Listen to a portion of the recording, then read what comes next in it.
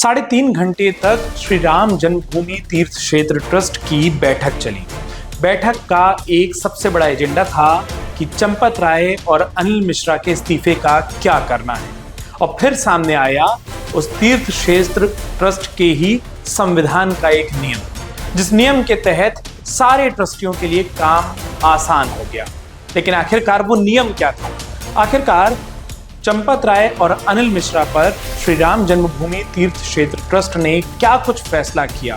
Trust के कोषाध्यक्ष गोविंद देवगिरी ने एक फैसले की और उस ट्रस्ट में किसने क्या कुछ कहा, उस बैठक में क्या कुछ हुआ, उसके हर एक पल की जानकारी दी। आइए आपको भी सुनाते हैं। भगवान श्री राम लला के इस विशाल मंदिर के निर्माण के अत्यंत आनंददायी पर्व के पश्चात आज एक असाधारण स्थिति निर्माण हो गई और उस असाधारण स्थिति में हम सभी लोगों ने ये निर्णय किया कि न्यास की जो बैठक हमारी 11 जुलाई को होना तय था, उसे हमने 6 जुलाई को ही जितना जल्दी हो सके उतना जल्दी सोच करके और लघु सूचना पर आज उसको संपादित किया।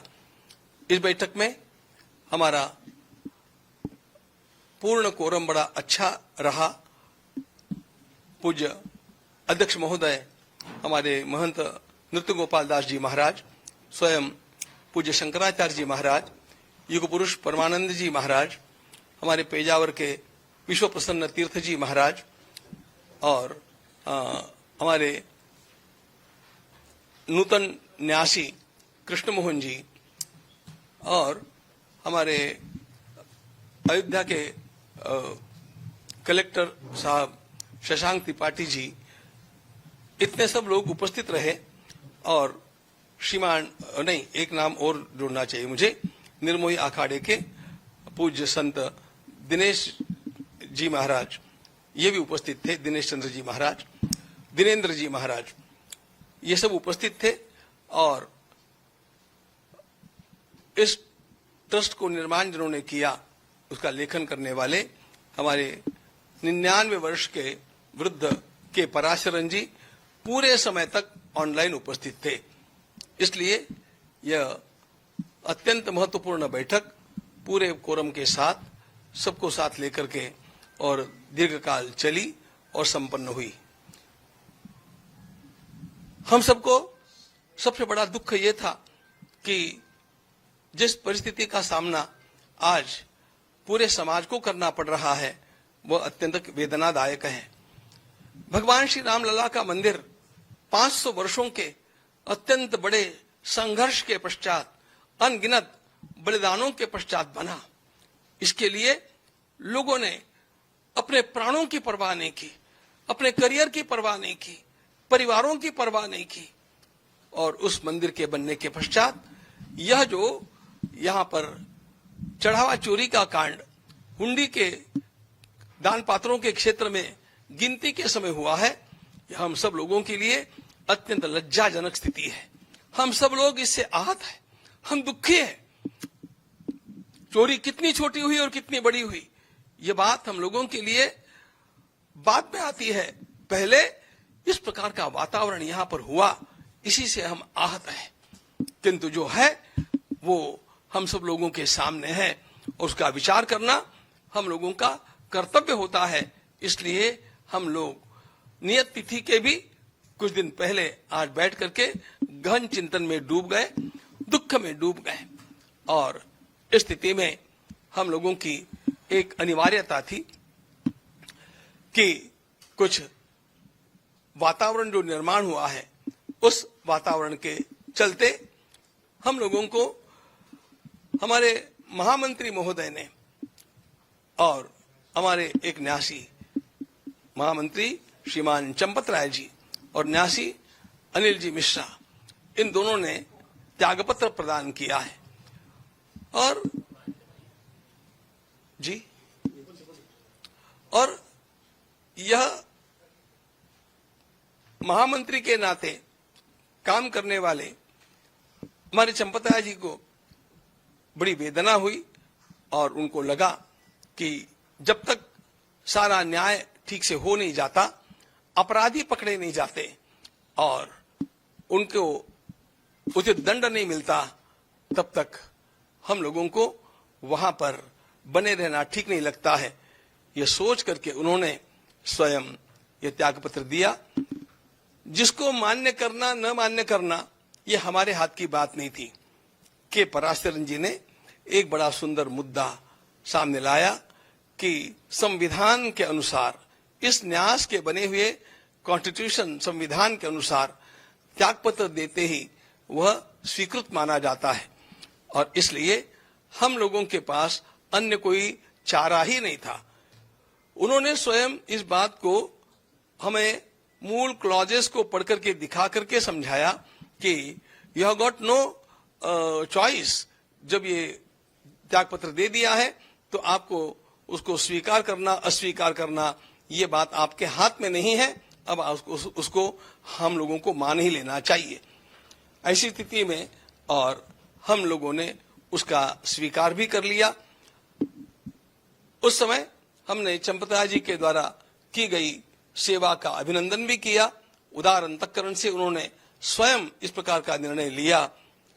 उन्होंने राम मंदिर के निर्माण के लिए इतने वर्षों तक, आरंभ से लेकर जब यहाँ पर इस प्रकार की कोई हलचल भी नहीं थी, तब से लेकर के आज तक का कार्य उन्होंने किया है। उनके सारे कार्य का सम्मान करते हुए और फिर भी उन्होंने जो उदारता दिखाई है इस परिस्थिति में, उसका सम्मान करते हुए हम लोगों ने उसको स्वीकार किया है।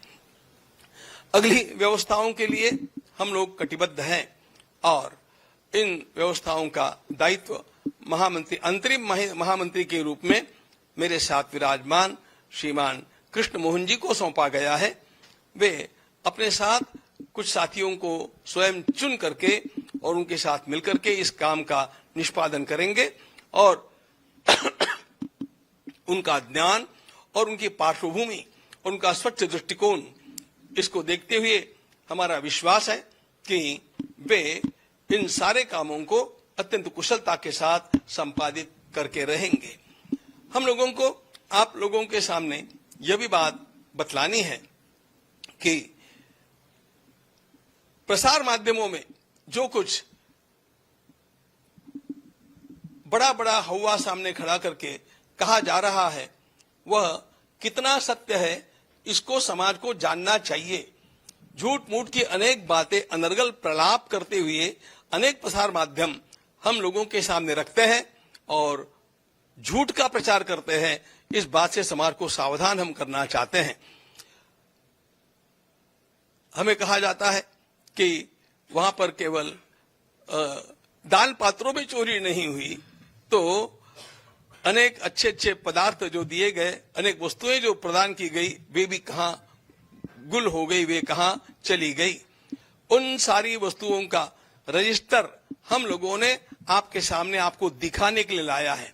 हम आपको दिखाएंगे और वे सारी वस्तुएं जिनका वर्णन आता है, वो रामायण की पुस्तक कहाँ है और वो हमारे काकभूषुंडी जी महाराज कहाँ हैं, वो गले का हार कहाँ है और वो पादुकाएं कहाँ है, इन सब को हम आज आपके सामने यहाँ पर रख करके दिखाने वाले हैं। और उसके साथ साथ ये भी बतलाना चाहते हैं कि इस प्रकार की 2800 वस्तुओं का रजिस्टर हम लोगों के पास उपलब्ध है और वे सारी वस्तुएं सुरक्षित हैं। ये 5 तो जिनकी चर्चा चली है वो आपको नमूने के लिए रूप में दिखाने के लिए हम लाए हैं, अभी आपको दिखाएंगे।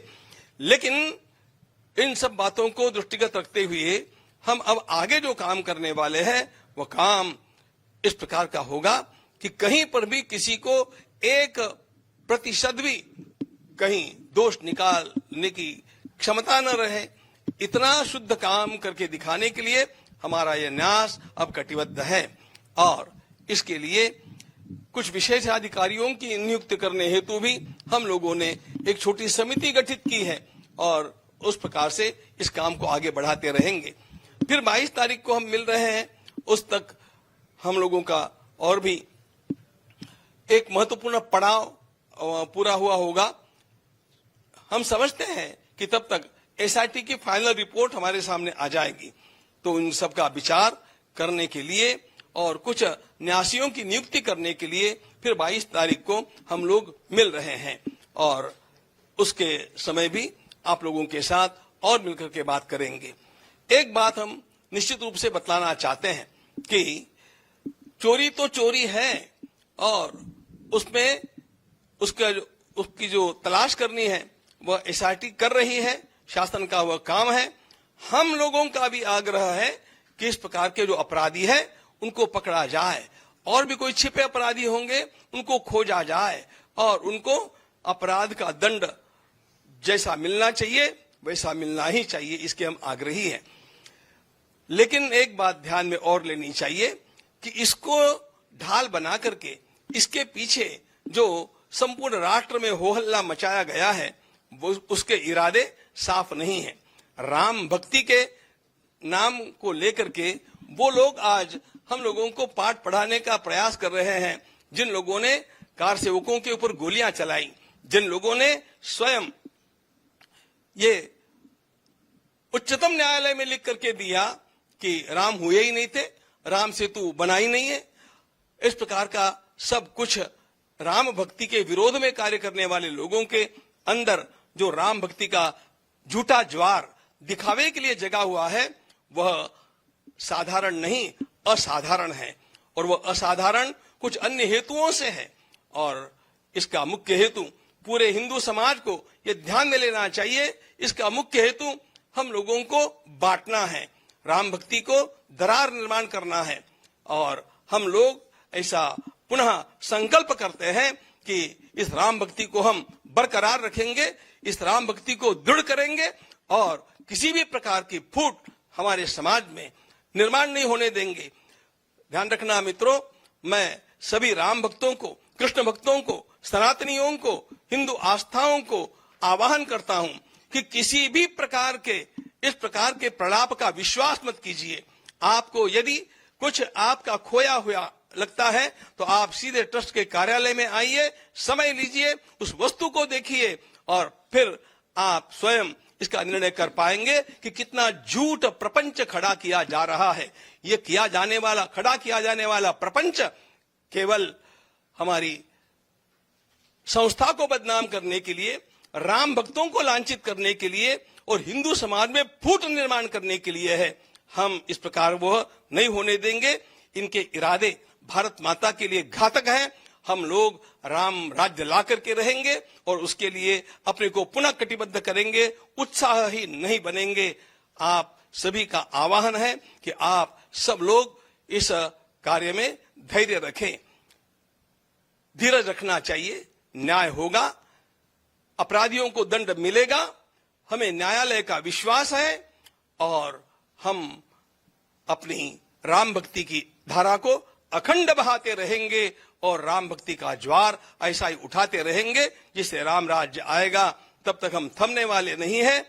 आप सभी को, राम भक्तों को मेरा प्रणाम, अभिवादन और आवाहन कि अफवाहों का विश्वास न करें, सत्य की जांच होने तक स्वस्थ रहे, समाज में शांतता का वातावरण रखे। आपको कहीं पर भी कोई भी आशंका है तो सीधे कार्यालय में आकर के उसकी पूछताछ करें, हम आपको उत्तर देंगे। वहां पर आपको यदि कोई वस्तु आप अधिकृत व्यक्ति है उसको जानने के लिए तो उस वस्तु को दिखाएंगे और ऐसी 28 वस्तुओं का रजिस्टर हम लोगों के पास है। आप विश्वास, धैर्य रखें, शांति बनाए रखें और अपनी आस्था को अडिग बनाए रखें। भारत माता की जय। जय जय श्री राम। आपके राज्य की खबरें, आपके शहर की खबरें सबसे पहले जानने के लिए देखते रहें अमर उजाला। चैनल को सब्सक्राइब जरूर कर लें और पाएं हर अपडेट।